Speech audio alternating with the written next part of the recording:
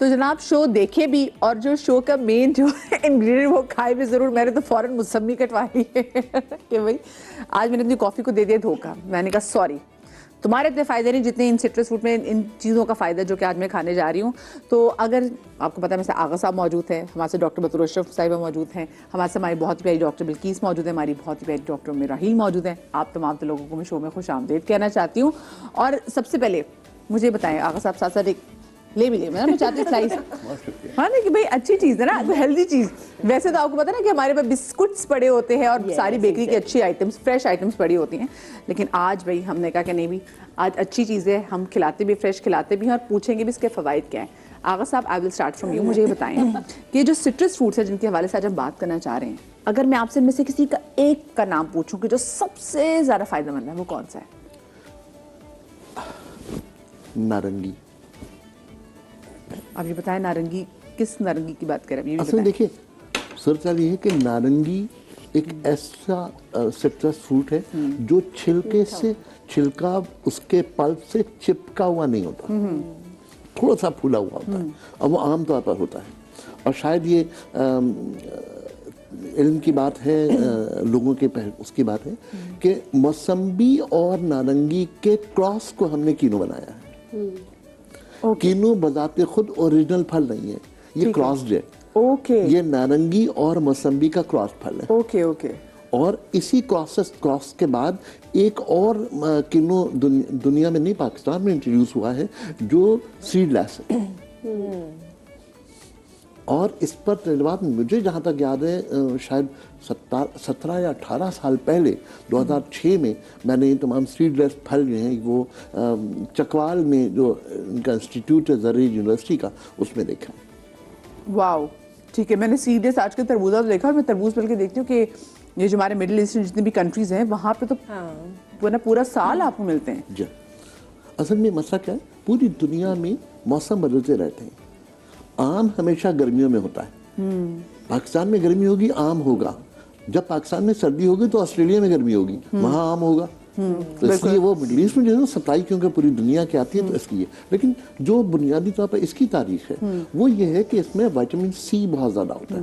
اور شاید یہ بات تاریخ میں بہت اچھے اس میں موجود ہے کہ 2016 کا جو نوبل پرائز ملا تھا وہ وائٹامن سی کی خوبیوں کو ڈسکلوز کرنے پر نوبل پرائز ملا تھا.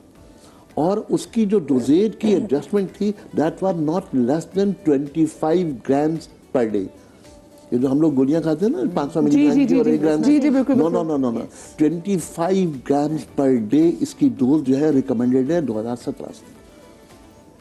اوکے. اور اگر ہم یوں ڈوز نہ لینا چاہیں تو اس میں ہم کیسے ڈوز دیں گے, یہ پھر آج شو میں آج ہمیں بتائیں گے کہ جی کیسے ہم. آپ بتائیں ڈاکٹر بطول کہ اگر میں آپ سے پوچھوں کہ سٹرس فروٹس میں آپ کو کون سا پھل سب سے زیادہ فائدہ مند لگتا ہے, وہ کیا ہے؟ موسمی. وہ کیوں؟ فائبر کی کوانٹٹی زیادہ اچھی ہوتی ہے اور اس میں ٹیننس کی کوانٹٹی یعنی اینٹی آکسیڈنٹس کے ساتھ ٹیننس کی کوانٹٹی بھی زیادہ ہوتی ہے, تو اٹس مور افیکٹو. اچھا, اور دوسرا یہ کہ اس سے گلا خراب نہیں ہوتا, یعنی وہ وائٹامن سی ہے جو آپ کو ہر کسی کو سوٹ کر جائے گا, کیونکہ تھوڑی سی اس میں ترش ٹیسٹ نہیں ہوتا. تو جب کھٹاس نہیں ہوتی ہے تو سب کو سوٹ کرتا ہے, اس لیے سبھی کو کھانا چاہیے.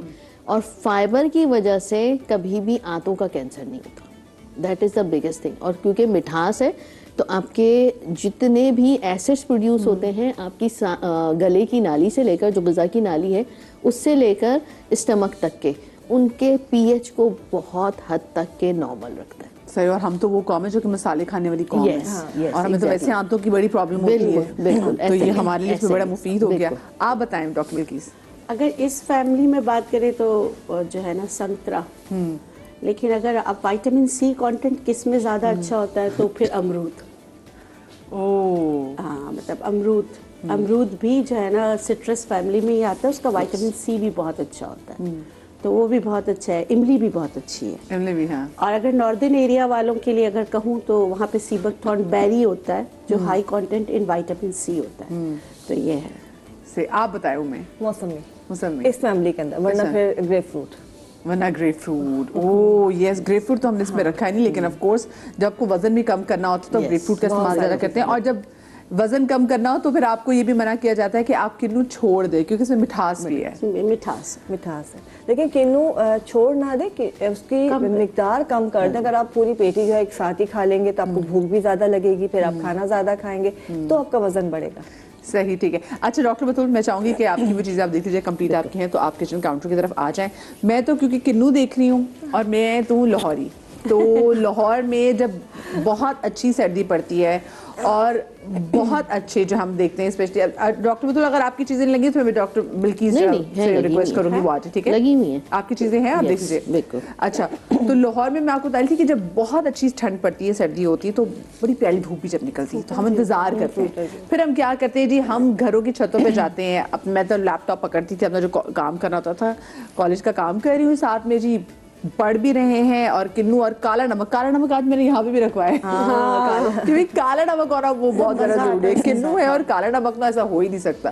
تو پھر ہم بڑا انجوائے کرتے تھے, ایک اچھی چیز بھی ہم کھا رہے ہوتے تھے اور ساتھ میں پڑھ بھی رہے ہوتے تھے اور ساتھ میں جو دھوپ ہے. لیکن آپ کو پتا ہے وائٹامن ڈی کے لیے جو ہم کہتے ہیں جو آپ نے دھوپ لینی ہے اس کی بھی ٹائمنگز ہیں. بالکل, صبح اور شام. ہاں, وہ جو 3 بجے اپنی کمر ساڑ رہے ہوتے ہیں وہ وائٹامن ڈی نہیں. صحیح کہہ رہی نا.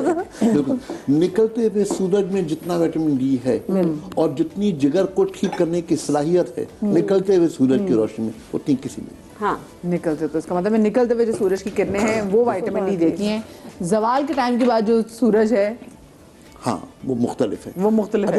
ایک اور چیز بڑی امپورٹنٹ ہے, وہ یہ کالا نمک کیوں؟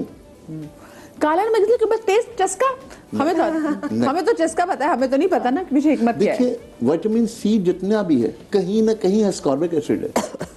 اسکاربک ایسڈ ہے. یہ کیا ہوتا ہے؟ اسکاربک وائٹامن سی. اچھا, اب جو وائٹامن سی ہے وہ کیونکہ ایسڈ ہے تو اس کا نیوٹرائزیشن ایجنٹ ہمیشہ نمک ہوگا. دنیا کی کیمسٹری پر ڈیپینڈ کرتی ہے کہ acid plus salt is equal to base. تو کیونکہ اس کے ٹیسٹ کو ڈیولپ کرنے کے لیے ہمیں بیس لانا ہے, لہذا ایسڈ کے اوپر نمک. ہاں, یہ تو ہم ہمیشہ کھا رہے ہیں. ہم نے آگے پوچھا نہیں کہ بچے چیزیں کھا رہے ہوتے تھے, امرود پہ بھی جو ہم نمک کھا اور مرچ والا ڈال کے کھا رہے.